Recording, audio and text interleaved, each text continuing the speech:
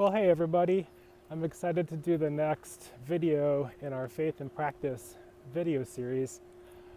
Wow, I'm really expectant about what the Lord is doing in us as we can't gather in our regular ways. I think He's doing something deep and profound in us as we're diving a little deeper into our everyday practices and our relationship with Jesus.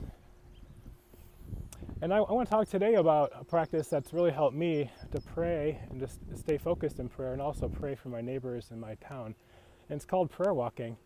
And it's simply where you go for a walk and you pray for your neighbors, you pray for your neighborhood and your town. And some people call this intercessory prayer, and it's when we pray on behalf of a group that we're a part of. I think this is a very specific way that we can do what Peter tells us in 1 Peter 2:15, to do good no matter what's happening around us. Now, can you imagine what would happen if we all got out often in our neighborhoods praying for our neighbors in our town? What if all the believers in our city did that? I can't imagine what would happen and what the Lord would do. Now, I found it very helpful to use the Lord's Prayer in Matthew chapter 6 as a way to guide a prayer walk. And in Matthew chapter 6, Jesus' disciples come to him and say, "Jesus, teach us how to pray." And then he gives them a very simple prayer that I don't think was meant to be just a rote prayer that we pray over and over again, but it was meant to teach us the posture of a child before their father, and also some just different ways and different kinds of ways that we can pray.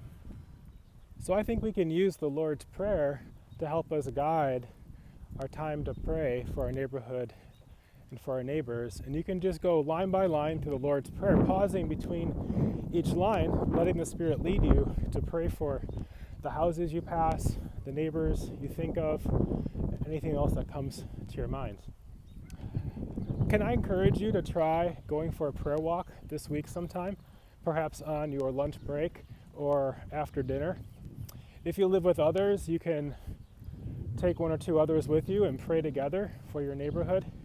If you live by yourself, you can still go for a prayer walk. I found it's helpful to put a headphone or headset on, and that lets you pray out loud if you like. In the video notes, I put a small sheet of paper that you can print out just with the Lord's Prayer and just a simple question or two for each section. I'd love to talk more about prayer walking if you like, or start a conversation on social media as you try this practice. I believe during this time God is doing something deep and powerful in us. Let's continue to walk with Him, be open to what God is doing, and live out our faith in practice this week.